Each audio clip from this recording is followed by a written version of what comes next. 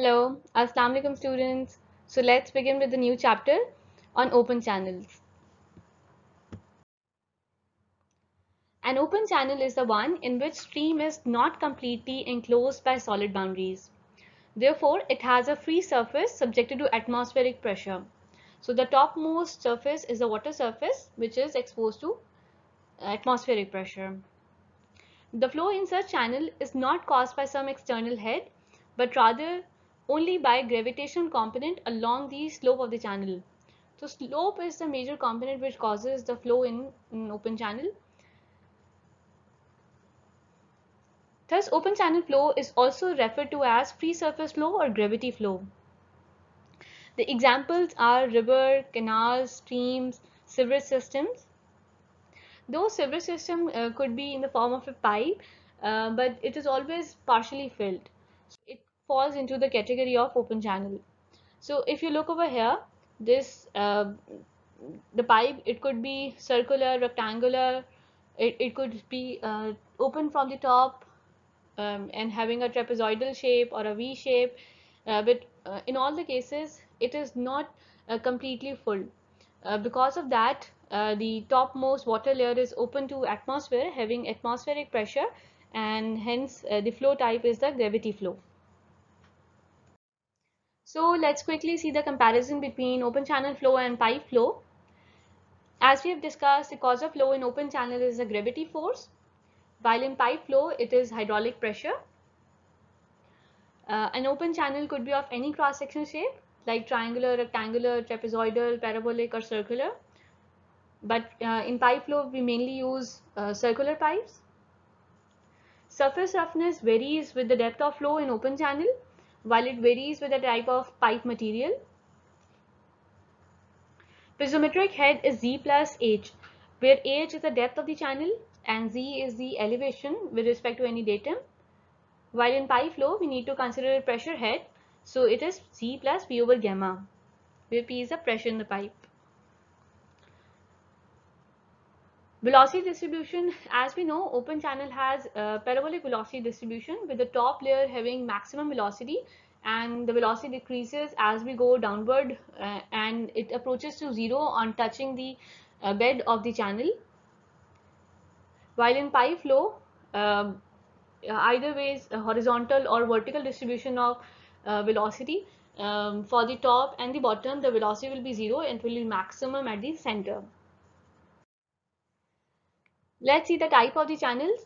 A natural channel is the one which has irregular shape and which is flowing under the natural way, like the rivers, streams, etc.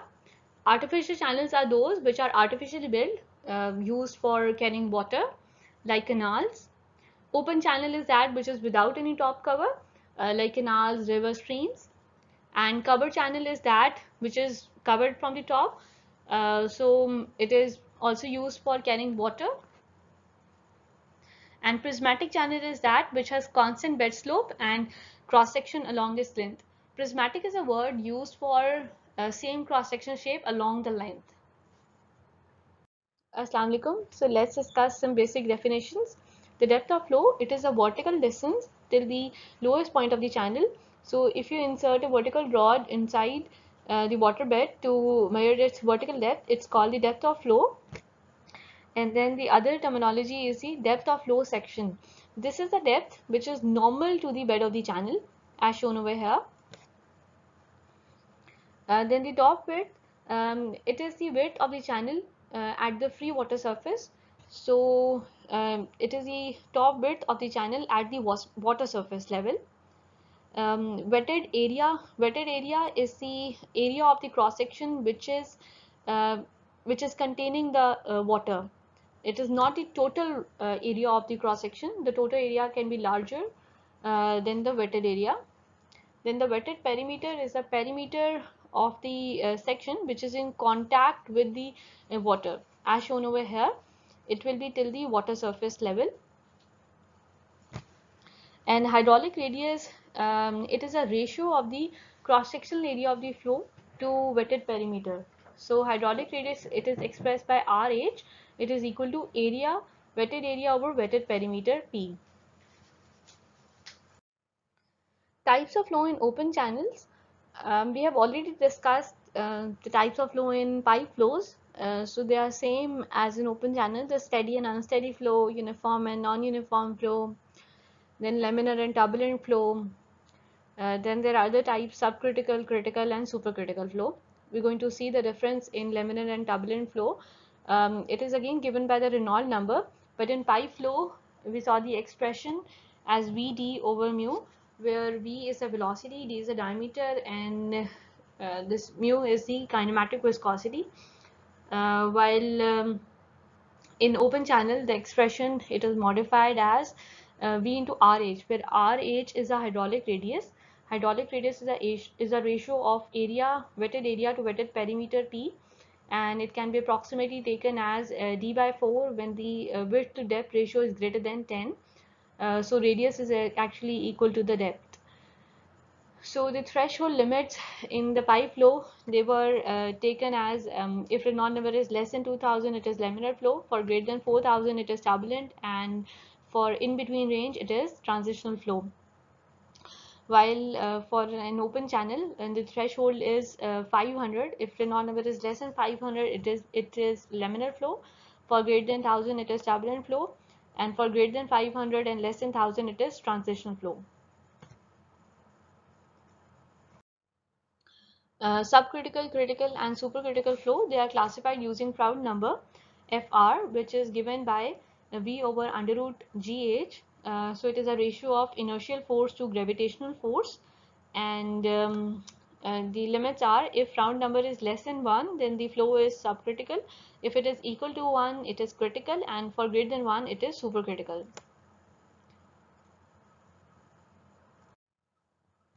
Then let's see some formulas for calculating discharge or velocity through open channel. There are Chazy's formula and Manning's formula. Chazy's, he came up with an expression that the velocity for an open channel is given by V is equal to C under root R S naught, where C is the Chazy's constant, R is a hydraulic radius, and S naught is the channel bed slope. While Manning's, his expression is velocity is 1 over n, r 2 by 3, s naught 1 by 2, where n is a Manning's constant, r is a hydraulic radius, and s naught is a bed slope. And there is some relationship proposed between the two constants c and n, that c, Chazy's constant, is equal to r power 1 by 6 over n, where r is a hydraulic radius. Derivation of Chazy's formula is given over here. Kindly go through these slides, and we can take your queries in online session.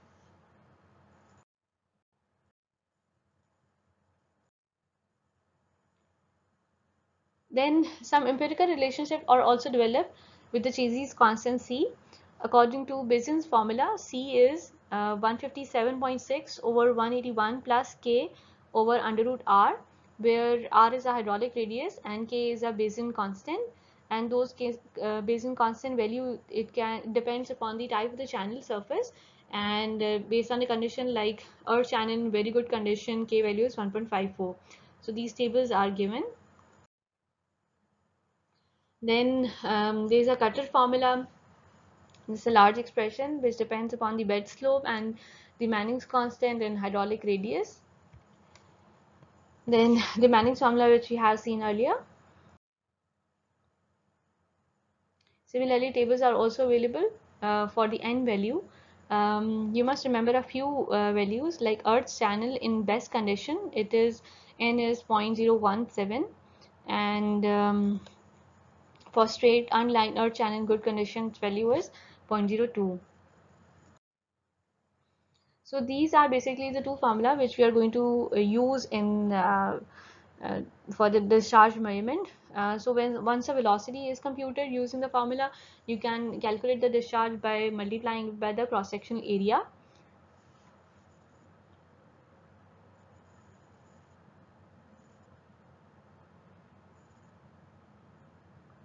So discharge from Chazy's formula, it is given by Ca under root R S naught, while for Manning's equation, discharge is 1 over n A R2 by 3 S naught 1 by 2.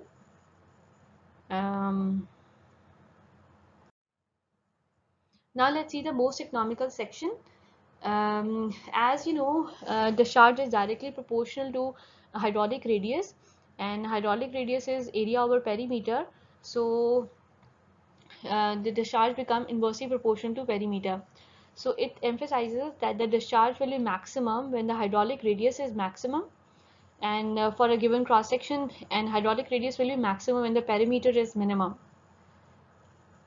So the most economical section is that section which is most efficient, the best suitable section, cross section shape, which can carry the maximum discharge, and for the same amount of cross sectional area.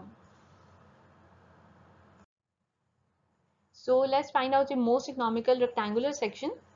For rectangular section only there are two dimensions, width and the side, the depth. So we have to develop a ratio between the two in order to make a relationship between them. Like over here, at the end we will know that when the width is 2 times the water depth, it will be the most economical rectangular section. So now let's see that how we concluded this thing. So let's see the geometric properties. The cross section area of flow, it is width into the depth, so b into h.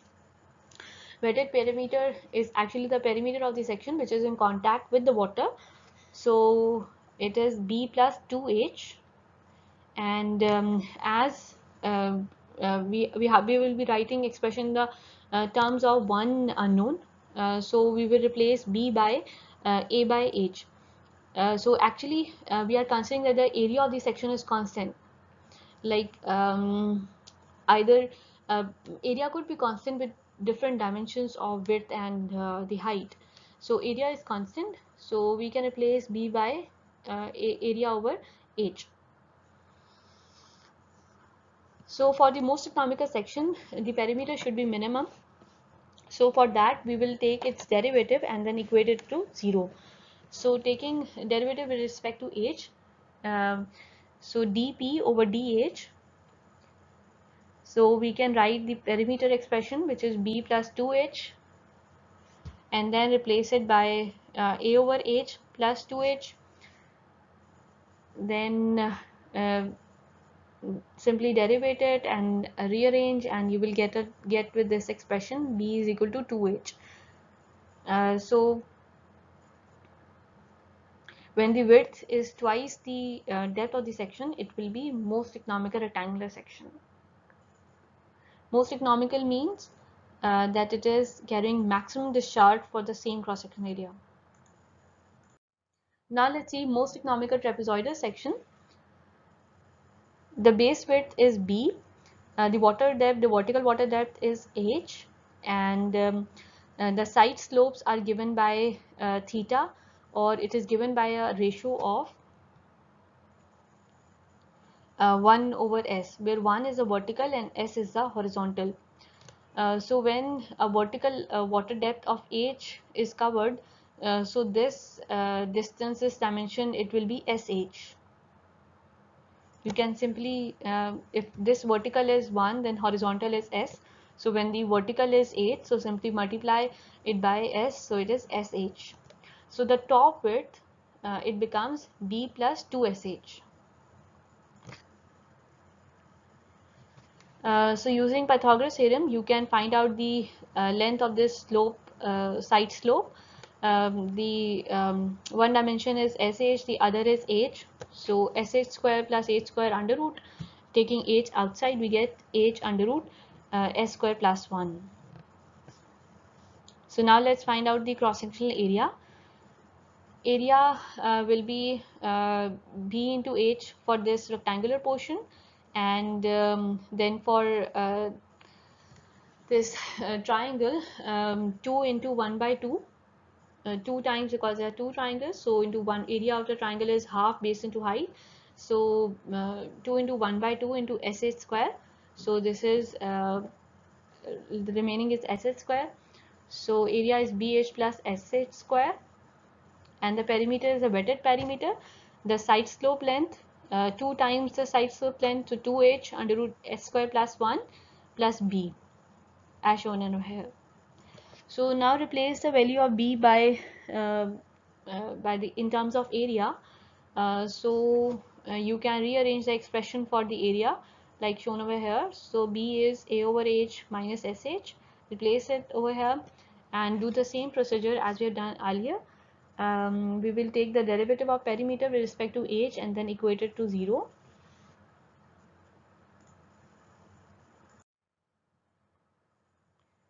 So solving, rearranging, we will get the final expression that b plus 2sh is equal to 2h under root s square plus 1.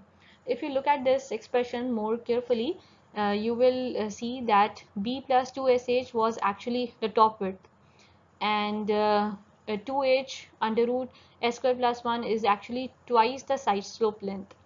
So a most economical trapezoidal section will have the top width equal to twice the side slope length. But still we need to develop another relationship, because in trapezoidal section we have three unknowns: the width, the water depth, and the side slope length or inclination. So for that we are going to take the derivative of perimeter with respect to the side slope length s, and then equate it to 0, and then rearranging, and at the end we will come up with this, that the side slope s is 1 over under root 3, or in terms of angle the theta is 60 degree with respect to horizontal. So when the side slope it is at an angle of 60 degree with respect to horizontal, we will have most economical trapezoidal section. So some relevant numerical problems are given over here, so kindly solve these, and we can also discuss them in our online session. So that's it for now. Thank you.